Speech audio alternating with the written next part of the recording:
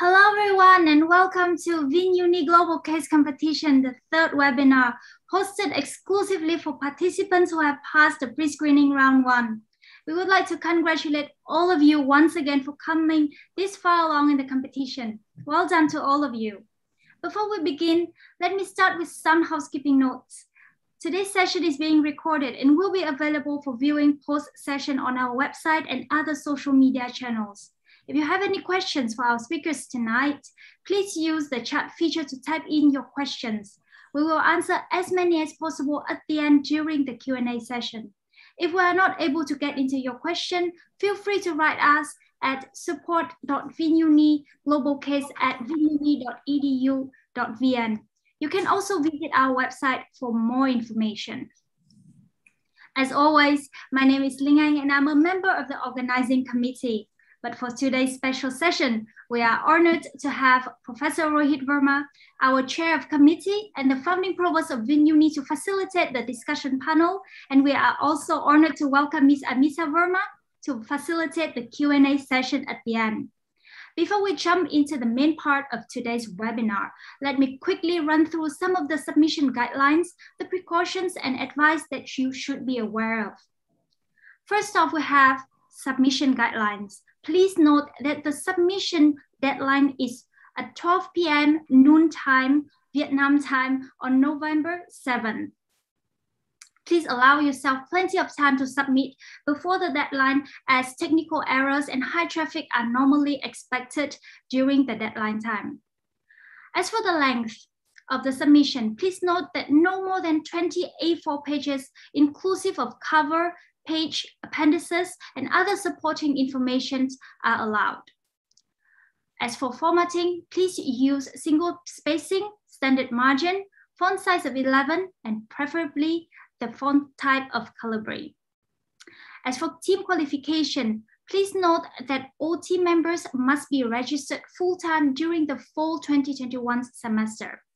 Accepted proofs of student status include transcripts, student ID card, letters of enrollment, and letters of student status confirmation.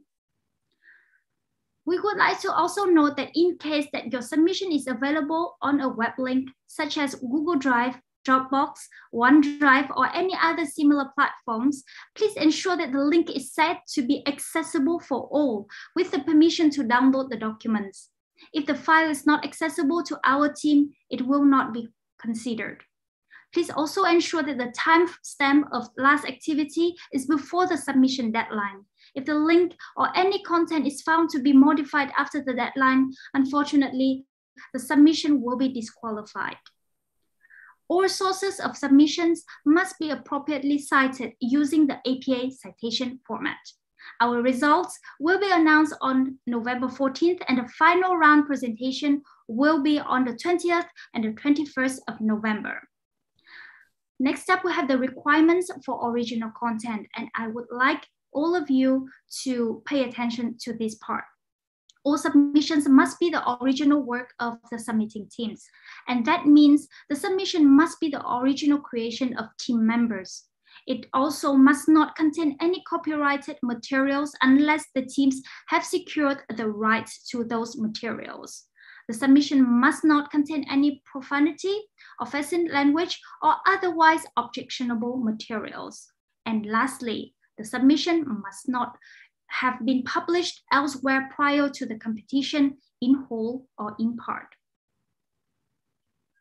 We would like to also share some of the assessment criteria that will be used by our judges. There are 6 assessment criteria, and they are roughly equally weighted. Please consider these criteria carefully while you are working on your solutions.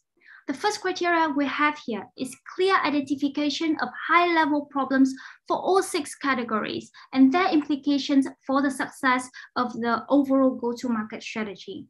The second criteria that we consider is the identification of the appropriate solutions to diagnose problems with appropriate qualitative and quantitative data analysis and arguments to justify the choices. Thirdly, we are expecting a risk-benefit analysis of the proposed solutions with mitigating strategies as appropriate. the fourth criteria we have is the quality of the implementation plan that includes the specifics for the proposed solutions, including resources, timeline, potential partners. We are also looking for demonstration of out-of-the-box thinking, creativity, and innovativeness. And lastly, we are very much looking for the quality of language, grammar, organization, flow, logic, overall quality of the written materials. Now, would like to briefly introduce to you our guest speakers and our panelists for today.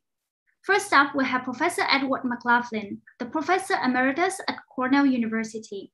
He has recently served as the interim dean at the Dyson School of Business at Cornell University. Professor McLaughlin directed the Dyson's undergraduate business program, the largest undergraduate major at Cornell for 20 years. He has also served as the advisor for the Cornell-Wien University Strategic Partnership Project. Next up, we have Professor Lourdes Casanova. She is the director of the Emerging Market Institute at Johnson School of Management at Cornell University. She is also the founding board member of the Emerging Multinationals Research Network and the co-founder of the Ithaca Hub of Global Shapers. And finally, a very familiar face that all of us have met during the second webinar, Professor Mike Dixon. He is the associate professor at John Huntsman School of Business at Utah State University. He is also the official case writer for VGCC 2021.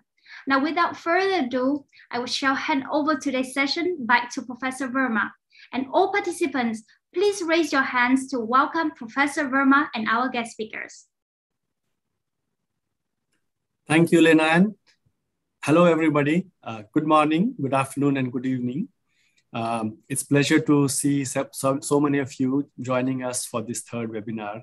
And congratulations to all the student teams who have made through the rigorous first round. We are very proud of your achievements and we'd like to wish you all the best.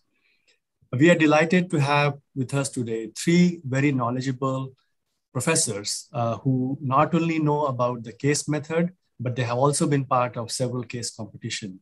Plus, they have done writing of cases and they have taught with cases for quite some time. And they have also advised industry about real world problems.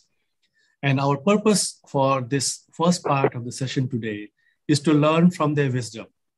And they will guide us on how you should be thinking about this case comprehensively. And I would like to start with Professor Ed McLaughlin first. Ed has been a professor of marketing for several years at Cornell, and then he has also consulted and taught cases to a wide range of executives around the world. Specifically, because of a marketing professor, Ed is very familiar with all the issues related to go-to-market strategy.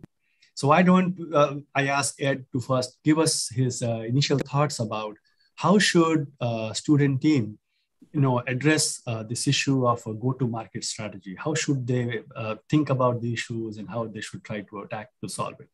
Thanks, Ed.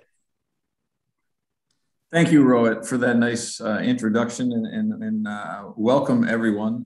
This is an exciting opportunity for me. I appreciate the chance to see some of these competition analyses and really appreciate your participation. The answer to Rohit's question takes an awful long time, I think, to explain, because all of these issues relating to a go-to-market strategy are interrelated.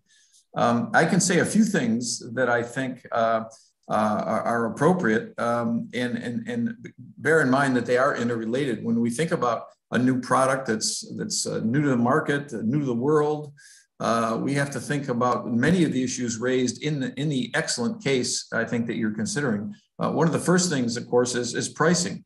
When it's a brand new product, where do you start? Do you start high? Do you start low? If you start high, is the opportunity to then begin to reduce the price to attract more consumers, or does that somehow cheapen the product? Or do you start low and then begin to increase the price over time to hope to gain more margins?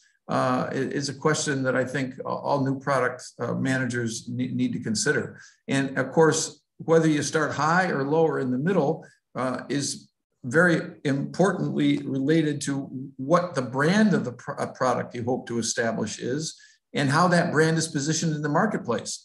All issues that are related that emerge in this particular case.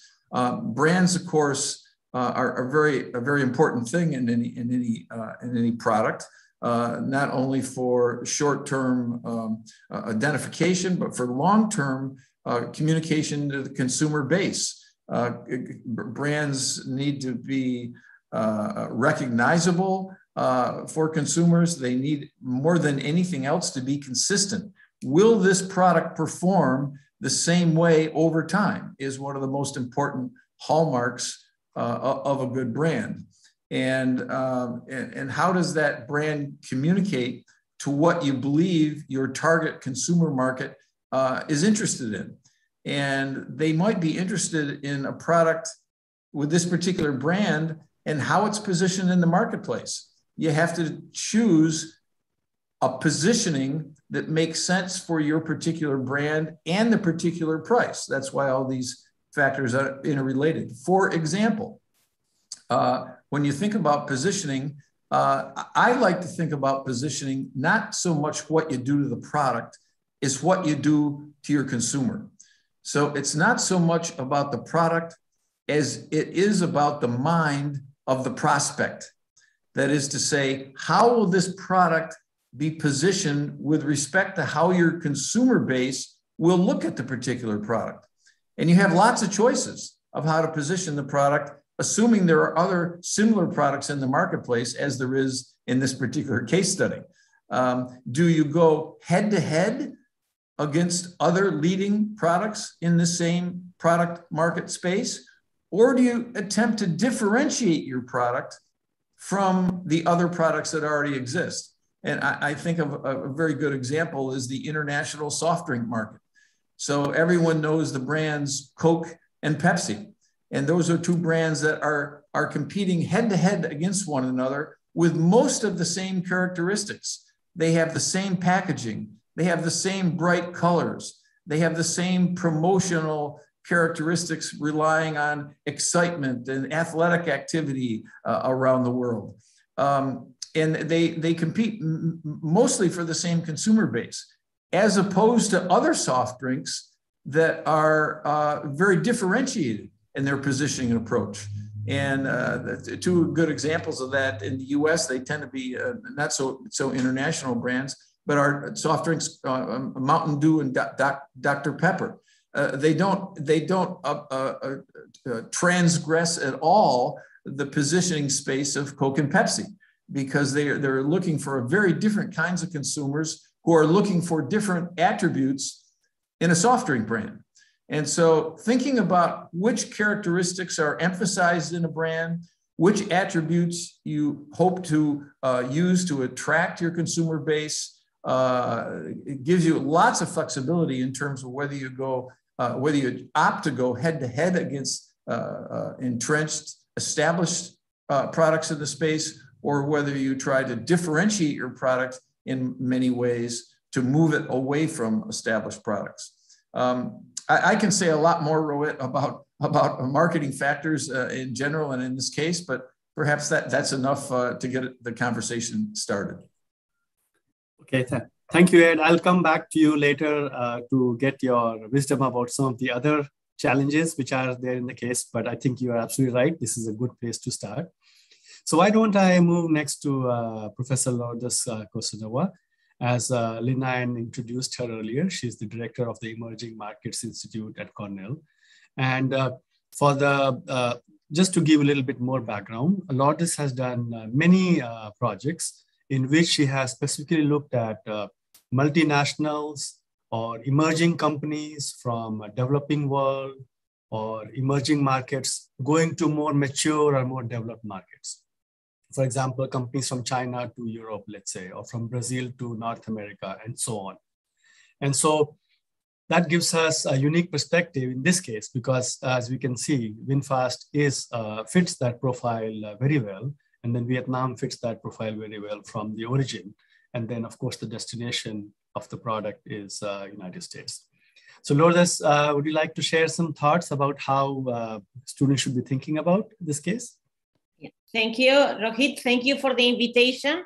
Congratulations to you and your team for a tremendous successful case competition. At EMI, we organized also a case competition, and we had like 1/5, we had about 200 students applying for the case competition, and we hope to collaborate in the future because Vietnam is a rising country, an emerging market. This year, we published a report for the last 6 years, and this year we incorporate Vietnam to the group of E20, what we call the biggest emerging markets, and Vietnam is a successful case of emerging market, and that's why we believe the world is paying a lot of attention with the restructuring of the global value chains, and also because of a success by themselves. So congratulations. So as you are saying, we are publishing a report every year, and I'm going to put the link. You can download it for free from the eCommons in Cornell. And we look at how emerging market multinationals are different. For instance, what Ed has just told us about price to market and how to get into the market and branding, etc. What we are observing, and for the last 3 years, we have studied industry after industry, and in general, emerging market multinationals, because they don't have a brand, they start with low prices. So that's how they start a market, going with low prices, because that way they can acquire market share, and then eventually they can increase the prices. A case in point is smartphones, for instance. Smartphones, among the 5 biggest companies in the world, are what the leader is by market share is Korean, Samsung. Samsung, very present in Vietnam, tremendous manufacturing facilities. In general, Korean companies are in Vietnam. So Samsung number 1, Huawei number 2, in terms of number of smartphones sold all over the world, Apple number 3, Oppo and Xiaomi number 4 and number 5. So in this industry, a very innovative, very creative industry, we see that Apple is number 3, and we see how both Samsung and Huawei, they compete now that they have a brand, they compete both now in low prices. Still, they have products, low prices, but also on top, because both Samsung and Huawei have launched these folding phones, not in the US, because as you know, because of the boycott and the trade war, you cannot buy Huawei phones in the US, but in the rest of the world, whether Latin America, Asia, you have these folding phones that are at the top of the market. And so this has also forced Apple also to explore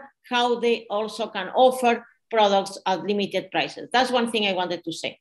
Second thing, regarding internationalization, what we have seen is three things. One is that very often you don't have a brand, your financial resources are often limited in the sense much less, you have much less available financing that the best in the industry, that usually are American companies. So then what you do is first, you internationalize with what we call natural markets. So your neighboring countries that you have your networks, that you know better, that are easier for you to internationalize. And then only afterwards, of course, the best market in the world in terms of purchasing power, in terms of width and depth of the market is the US. So then you enter in the US later on. Of course, the US is where you can get your more profits, you can grow faster, but at the same time, and that's one reason why emerging market multinationals also do internationalize, and in the US, is to learn, acquiring knowledge. So you don't need, when you internationalize, improving your efficiency. You have plenty of efficiencies at home. in terms of minimum wages, in terms of even cost of electricity and gasoline. So you don't internationalize because of increasing efficiencies, but because you want to learn, you want to become the best. So of course, electrical vehicles with Tesla and so many others, the US is at the top of the market in terms of knowledge. So for being is so important to have a foot in the best country where clients are very demanding and you will learn a lot. Another thing I wanted to emphasize here regarding internationalization is besides, so this idea that first they go to the natural market and then only to US or Europe. That's where they go. Second, why they go, as I mentioned, knowledge acquiring, very important for an emerging market multinational. You have made it. When you have made it in the US or in Europe, your brand increases and also the know-how within the company. So why? Also different. And third, very often we see that emerging market multinationals internationalize in very often at the beginning opportunistic. So meaning there is an opportunity, you want to learn, you want to expand, and then you see an opportunity and you expand that way. And then what I wanted to finish these introductory remarks is by saying that there are many opportunities in other emerging markets as well. So what we see more and more, a lot of what is called South-South investment. I also see in terms of the demand by students in my institute. I have students from India interested in Latin America, from China, of course, interested in Asia, from Africa, interested in other African countries. So we see that.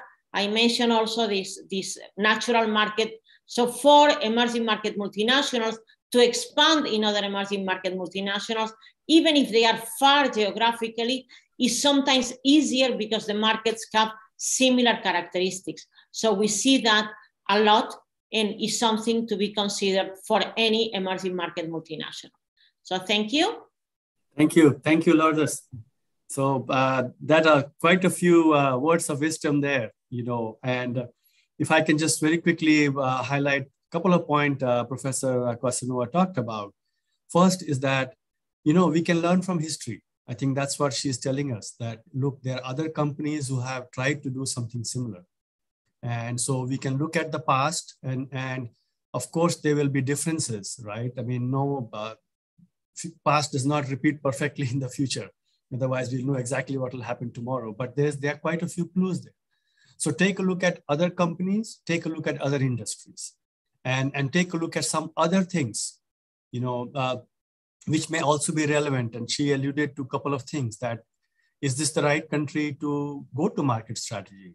Is it the right timing and so on? So you should think about those issues. And again, the resources available at the Emerging Markets Institute, and you have seen a web link for that in the chat box, should be quite useful to you. So thank you, Lourdes. We'll come back to you with more questions in a minute. Let's go back to Mike. Mike, thank you again for writing the case and collaborating with all of us to put it together.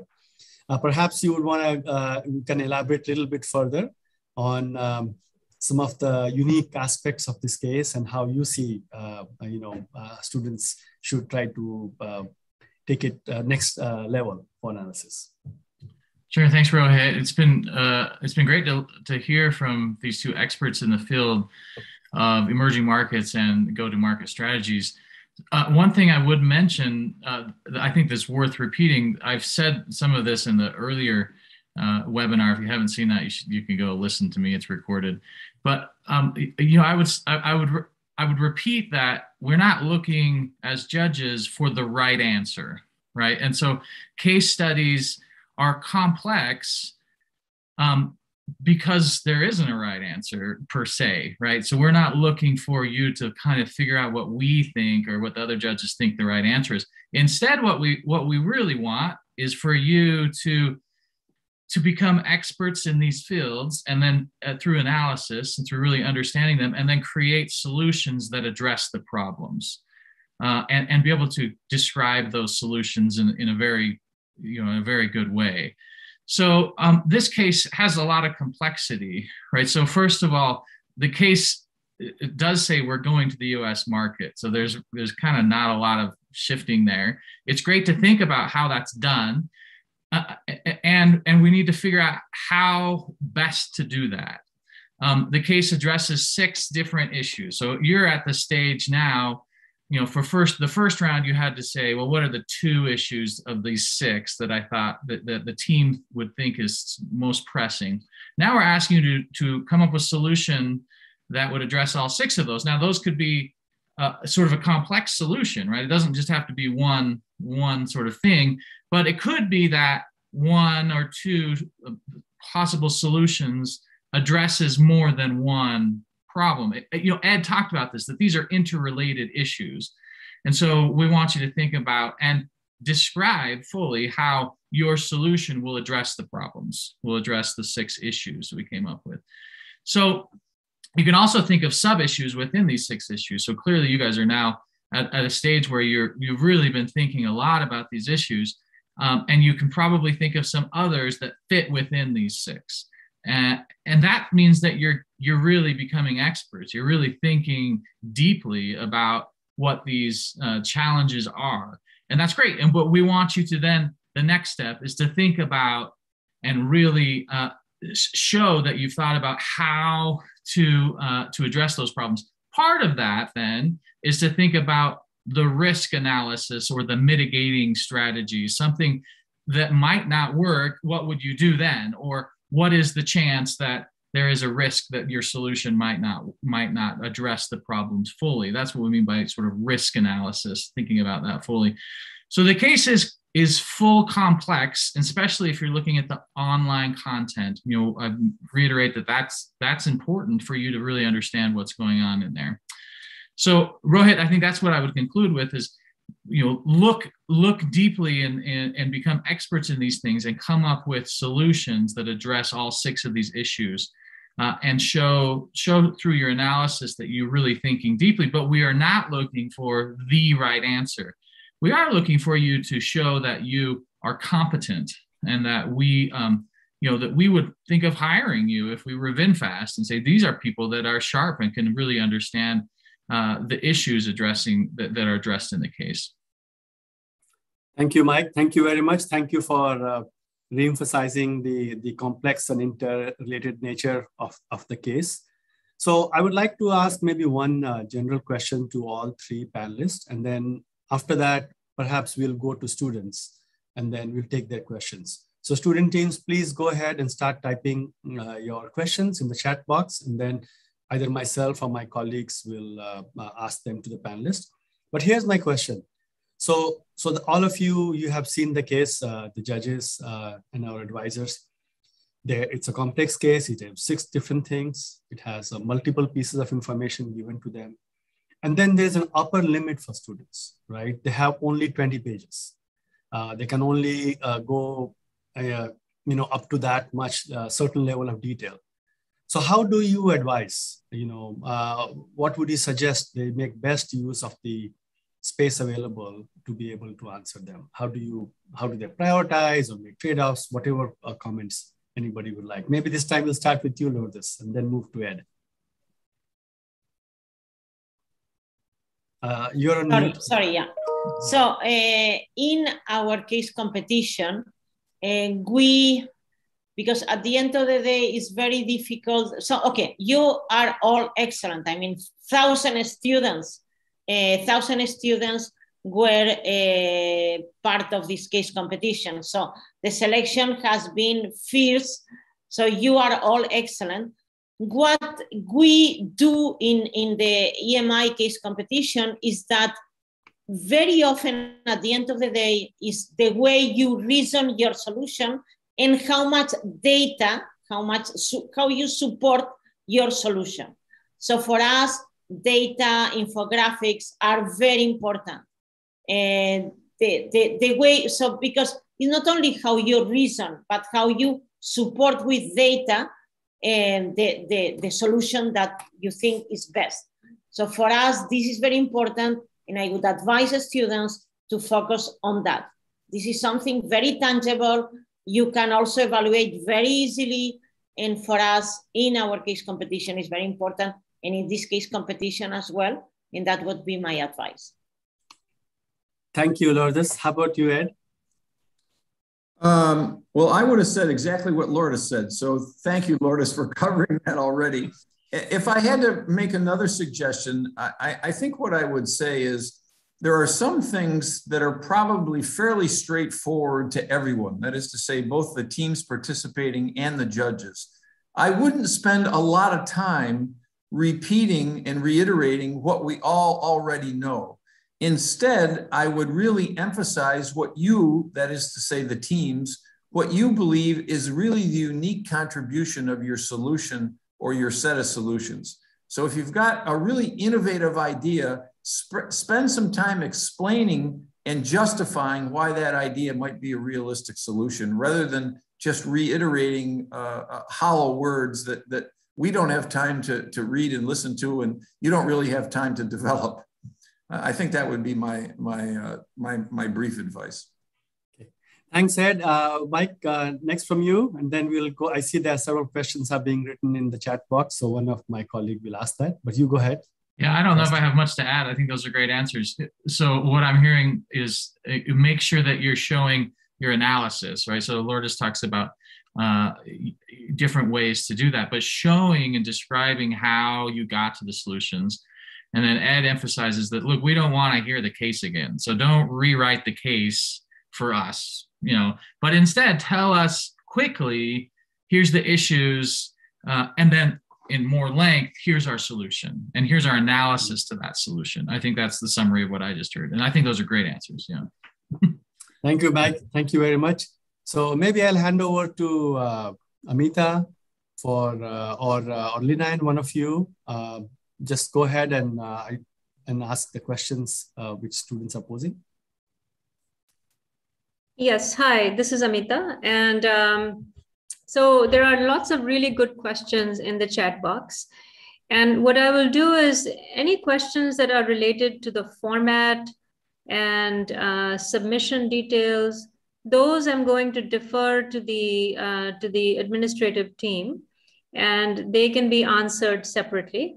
We have experts here in this panel, so I'm just thinking that it might be a better use of time if we spent a little bit more time on the content of what it is that would make for a good case submission.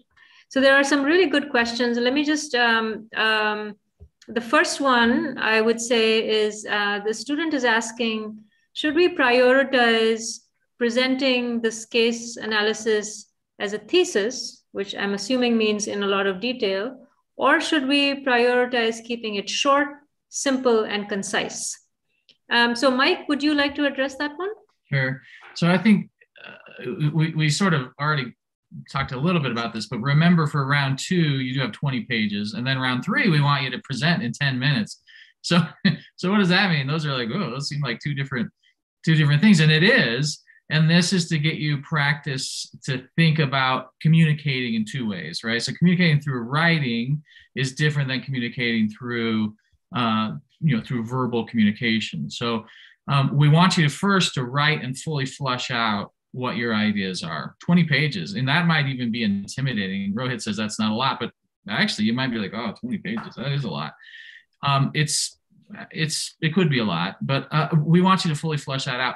But while you're doing that, your goal should be to be among the top teams so that you can present verbally. Now, when you present verbally, it's going to be a different type of presentation, isn't it? You only have 10 minutes, and we want sort of a different type of exposure. So think about both of those things. The writing gives you opportunity to flush out fully with more details about your analysis and about why your solution fixes the problem, and about risk mitigation, where your presentation needs to be persuasive, right? And so that we can feel confident that what you're suggesting should be implemented. Great. Thank you, Mike. Let me move on to the next question. There are several that are somewhat related, but I think this might be worth asking again. The student is asking, when we say full solutions, does that mean that we have to go in depth on the technical things? Now, Lourdes actually alluded to this a little bit. So I'm going to ask this question of Lourdes. When we say full solutions, what is your expectation in a case submission on technical things, data, analysis? I know you mentioned something about it, but what about technical things? Often the middle ground is the best. So, but of course, so you have to be convincing with, I mentioned data, but don't overdo it. I mean, in this case competitions, so your argument has to be well built. In this case competitions, the judges will not have time to look and dig into a lot of data. Present enough data that make your case, and again, important, that will industry analysis. Who are your main competitors? How, and it's very clear in this case. So your strategy, how you are going to enter. So then show enough data without, of course, overdoing it. And also I wanted to say on one more thing is that sometimes so your presentation will be a package. Look at every aspect of the package. So at the end of the day, there is an overall quality. For instance, if the person who is presenting is not sure about what he or she says, so make sure that the argument is well built, both in your verbal presentation and in your writing. Again, very good teams, all of you. So the overall practice before the final presentation.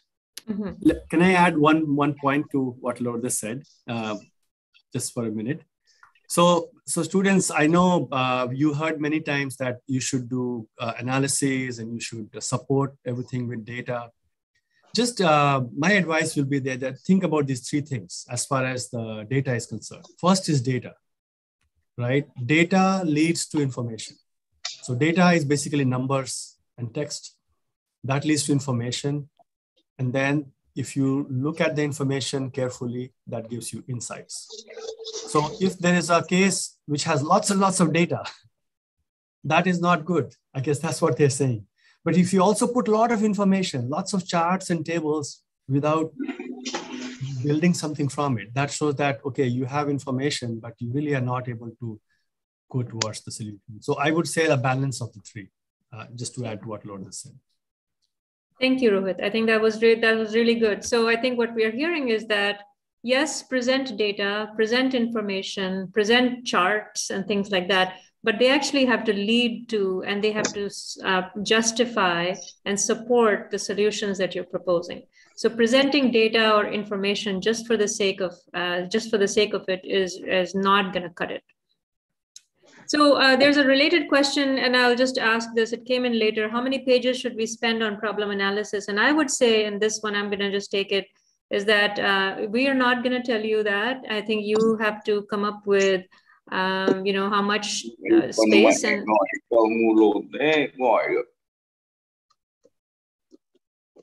how much space and energy you should be spending on problem analysis versus the other aspects of the core of the case. But and you've now seen the evaluation criteria. There are 6, and they will be shared with you, so you can use that as a gauge for how much time and how much effort you should be spending on each of those things. So let me move on to other questions here. Another question that a student is asking is, because there is not really a lot of financial data, it seems, for the case, can we recommend our strategy without financial constraints, or do we need to consider the appropriate budget in our business strategy? Ed, would you like to take that one? Sure. I think that answer gets back a little bit to what Lourdes said just a minute, and that is, I think there's a lot of detail in this case, but we don't expect you to be engineers, or we don't expect you to be a financial analyst for an investment bank at that level of detail. But we do expect you to use some key data on which you base your analysis. And if the financial data, for example, that you're interested in is not readily apparent, I think it's fine to make assumptions, as long as the assumptions are realistic. Can't assume that VinFast's competitors at General Motors are a small startup company in Detroit, Michigan. That's just not a realistic assumption. But we're fine with you selecting limited amounts of detail as long as you use that as the foundation for your analysis, and any assumptions you make regarding the detail are realistic assumptions. Thank you, Ed. Does anybody want to add anything to that response? I can just go a little bit further. So you see there, Mike mentioned earlier, there's quite a bit information in the appendix, right? So take a look at that. I think it talks about brand standards. It talks about the size of the US car industry. There are some articles about how quickly the electric vehicle market is growing. You know, what are the price ranges for those? I think there's enough information for you to be able to do some financial calculation, right? I mean, if you just think about it, if VinFast, the VinFast in the case, not actual company, VinFast in the case goes to US market and it tries to achieve a certain sales volume or certain market share, and it ends up spending a whole lot more money just to get that, they're going to go bankrupt, right? Or if they sell at a very low price, like Ed said earlier, you know, then also they're not going to be able to make it. So I think it's important to make realistic assumption, but you should have enough data from the public sources to make it decent. So just do that. Great, thank you, Rohit. So there are a couple of questions about the format or the structure of the case write-up. And there are some questions about how the cases will be assessed. And I think we've already answered that. The 6 criteria were shared with you, and we'll also share it with you later as well. But the questions that I thought we would answer were, is there a standard business write-up structure? And then the other one is about, you know, if we include graphics and visuals in our report, it takes up a lot of space. So A, is there a standard structure?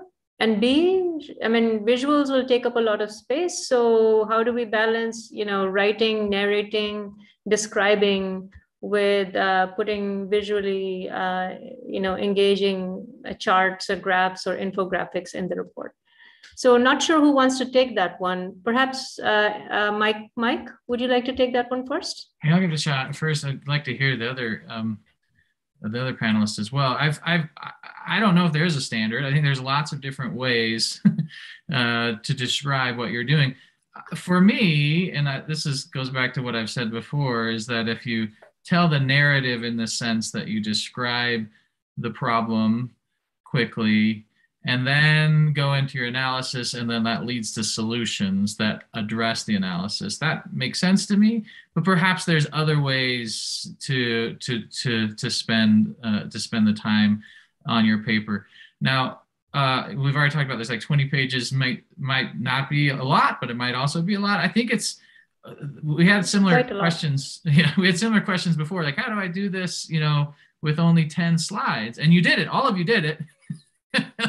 Right. And so that's part of the challenge, you know, and so you just have to figure out how to do it, to be concise enough, but persuasive enough to convince us that you you know, really know what's going on. So anyway, I'd like to hear what the other, you know, Lourdes has had a lot of experience in case studies as well, in competitions, if there is a standard or sort of a set way to do it. Okay.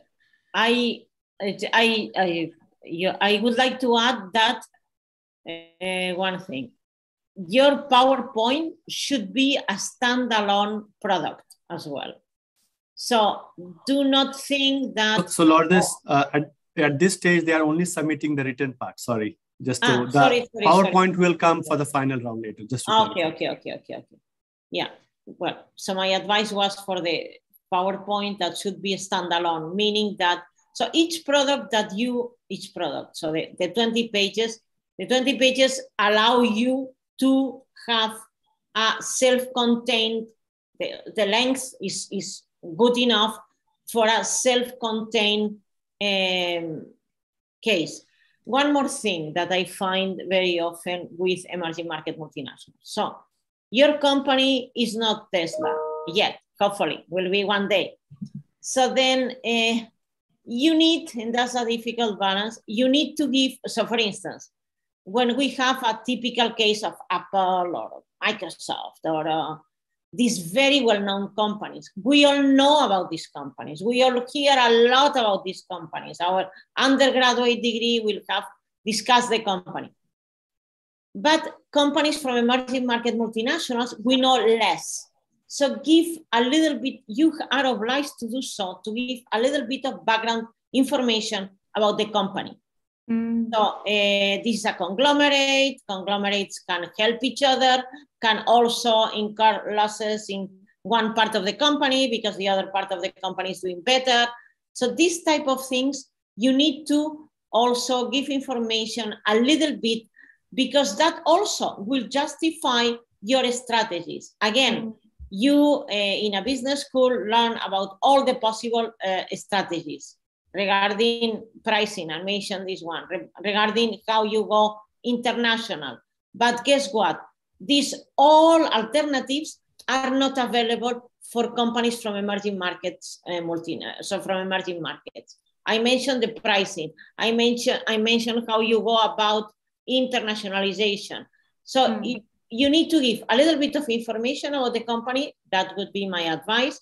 Second, about the restrictions. Again, you are not Tesla, you are not Elon Musk that, okay, he opens his mouth and the Bitcoin goes up and down, or, I mean, these are influencers in the business world. Emerging market multinationals, less. The CEOs are less well known. So we need to hear a little bit background about the company, the philosophy of the company, the characteristics that will lead you to the possibilities that this company has in their internationalization process, in this case, in their entrance in the US. Great. Thank you, Lourdes. That was super insightful. Let me add, go ahead. Let me add just one postscript to those really good, helpful comments of Mike and Lourdes.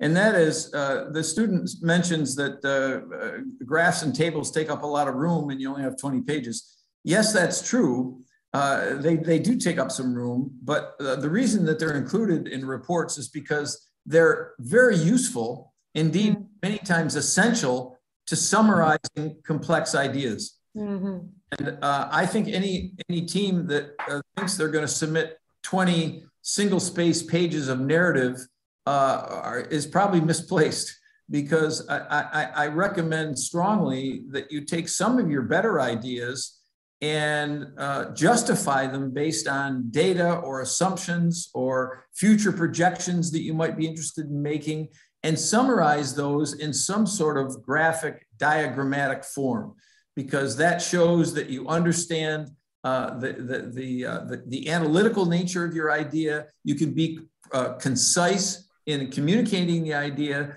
So I think it gets back to the balance that I didn't mention, but someone mentioned earlier, between explaining your idea and your solutions in the narrative, and also making it clearer in some graphs and tables. So I don't have a recommendation on exactly what proportion of the final product needs to be narrative and words versus graphs. But the judicious use of graphs can be very helpful in communicating your idea. Great. Thank you, Ed. Mike or Rohit, do you want to add anything? Yeah, if I can add just one thing. Thank you, Ed, Lourdes and Mike, for your advice. I just have one quick advice for all of you students. So maybe you can think of this as an overarching theme and then put everything in there. How many of you would like to read a boring book? Or watch a boring movie? Or, nobody wants to do that. So that's the same thing is true here. You got 20 pages. And if it is not interesting, then I just fall asleep after the 5th page. I'm not paying attention to all the wonderful analysis you have done. So how do you make things interesting? right? So we already got some clues. Don't rewrite the case, right? Don't repeat the information which is already available. Talk about something which is innovative, something that is different. And the other thing I would say is that, let's say you're watching a movie, right? And if you watch 15 minutes of the movie, which is a 2-hour movie, and the first 15 minutes were very boring, you're not going to go forward after that. So what it means is that you got to have a hook in the beginning. That's what we call it's a hook. Something in the beginning which suddenly sparks somebody's interest. Okay, this team has presented this very innovative, something different. It's an intriguing idea. Maybe I don't believe it, but I want to go forward, you see. And that's where variety comes into play. Having some charts, some tables, you're submitting it electronically. You don't even have to print it. You can use different colors. You can use different types of ways to describe information, So use all that. That's what I would say. And if it's interesting, and then I think people will go forward. And then, of course, content will be what it is. So that's my just last piece of advice. Right. I think that's a really good point. Be kind to the judges, because the judges have to read, 20 pages of your submissions. There are many, there are teams. And so be kind to the judges, make it interesting for them to read your case and make them want to read your case submission. I think that's the message that we're hearing.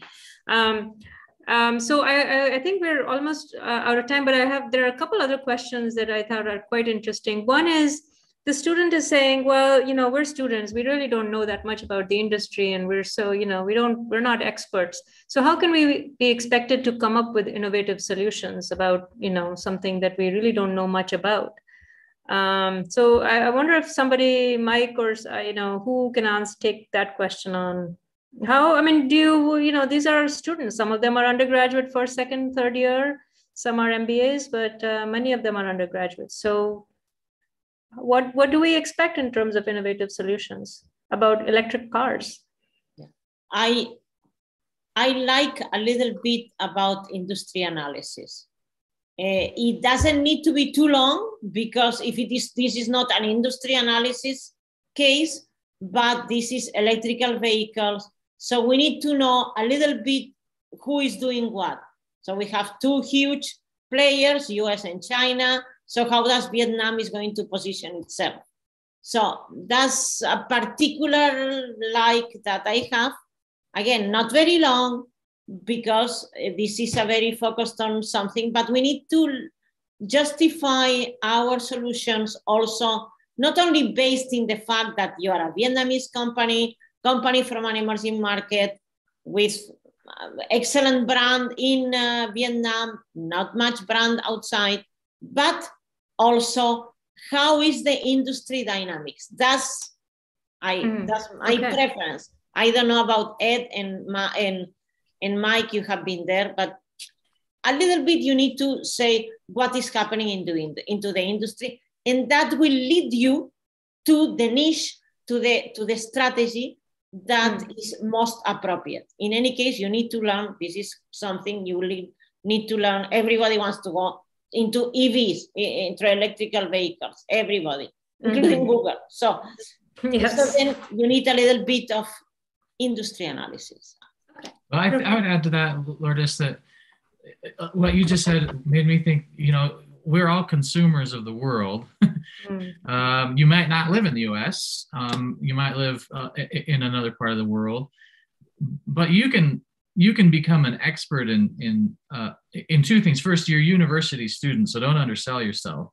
You're already among the top 5% of the world when it comes to understanding business and how markets work.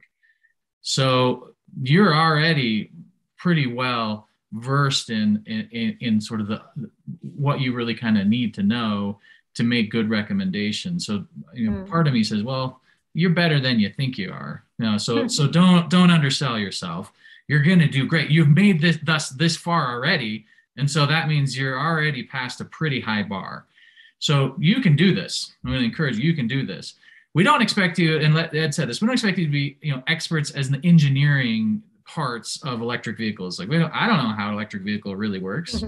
I don't know, right? But that's okay, because that's how businesses, complex businesses work, where there's lots of different people who are experts in lots of different things. We're asking you to be experts in go-to-market strategies, of which we think you can do it. In fact, we are pretty confident that you're most of the way there. So part of that, though, is understanding the market. That's what Lourdes says. Like, you need to know the industry. There's a lot of data out there, both what we've given you and what's on the internet. You can figure it out. Just go find out more about the industry. That doesn't mean you are an expert in how electric vehicles work. That's not what we want. But we do want you to understand the vehicle market and the U.S. market and how it's different from what your perhaps what your country is, or especially how it's different from Vietnam. At that point, then we want your creativity. In fact, that's why VinFast is a partner in this, because they want you, young students, come up with cool ideas that us old people are just like, man, our brain stops working as well, and we just can't handle it. So we really want that. We want you to be creative, but that creativity needs to be based off of the analysis and the understanding of the market. And then, Ed talked about assumptions. Does it actually fit in reality? Then that's what we want. Anything else to add, Ed, you think? No, I think you and Lourdes covered it very nicely. All right, let me move on to the last question, because we're almost out of time, which I think is a good one and might be on a lot of students' minds, is that what is the level of detail that is expected in an implementation plan in something like this, right? I mean, we have the criteria says you got to talk about resources, timelines, sort of constraints and things like that. So what are we expecting from the teams to write in level of detail in the implementation plan, I guess? Ed, do you want to take that one, maybe? Well, I guess I think we talked a little bit about that earlier. I think the level of detail needs. I think that the analysis needs to be based on a limited amount of detail. We don't want to be inundated with detail, and there's a lot of detail in the case and in the appendices. But I think you need to be selective in which detail you use, and then elaborate your solution based on that foundation.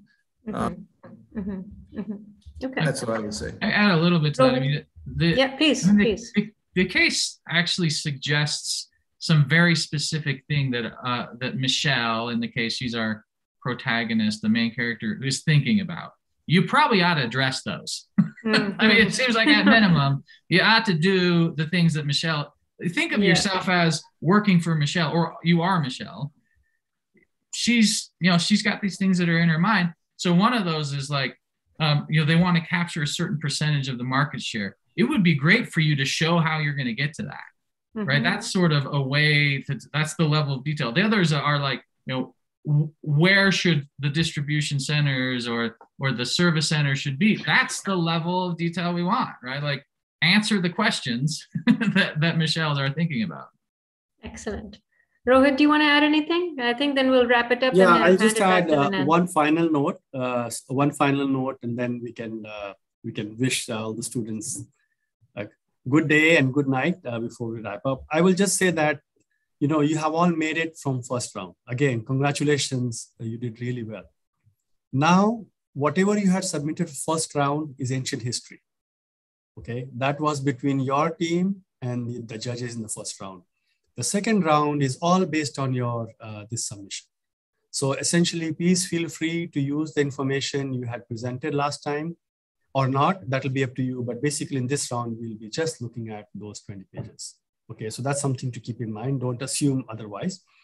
And then, like you have heard from our panelists here today, this is a very, very exciting case at a very exciting time.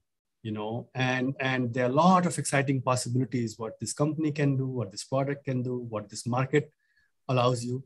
Use this as a learning opportunity. Use this as a learning opportunity, go through the write-up, submit it, and we wish you all the best. Some of you will be in the final round and some of you may not be, but that's okay. I mean, you come for this type of competition and everybody learns a lot. And we are honestly looking forward to all your final submissions and hoping to meet you all. I just want to end by saying we have students from many different countries, and that's what makes it also very exciting. So you bring some unique perspective. So thank you very much. And I'll hand over back to Linh Anh to wrap it up. Right, we're coming towards the end of today's sessions. We are very grateful to all of our guest speakers for coming today and share your valuable advice to all of the participants. And I highly recommend to everyone to rewatch this webinar again when you develop your solutions, because exactly this advice will help you with your work and will make help your work to stand out and impress our judges. And I also want to quickly remind that our deadline is on November 7th at 12 p.m. noon time, Vietnam time. Please allow yourself plenty of time to submit before the deadline to avoid any technical errors. However, if you do experience any technical difficulties, please send a screenshot of your problems to our email before the deadline time. And before we leave, as always, we will be taking a group photo. So please, everyone, can you turn on your camera? And then our technical expert, Mr. Khánh, will take a few shots. So Khánh ơi, please let us know when we can say cheese. Yes, okay. Thank you, Linh Anh. And can you please turn on the camera, look straight to the camera and give big smile. All right, and I can count out. So first one, 3, 2, 1, smile. Okay, I can see one group. Okay, can I take one more? Okay, turn on the camera, look at the camera and smile. 3, 2, 1, smile. All right, thank you so much. Yes, and we wish you, all students, all participants, much success with your round 2 submission, and we cannot wait to read your wonderful workings again. And on that note, goodbye to everyone. Have a good night, have a good day, have a good morning wherever you are. Bye-bye. Thank you, Lourdes. Thank you, Mike. Thank you, Ed.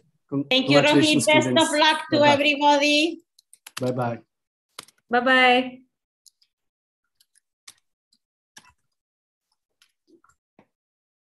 Thank you. Thank you very much. Many questions. That's very nice. Thank you. Bye-bye. Bye.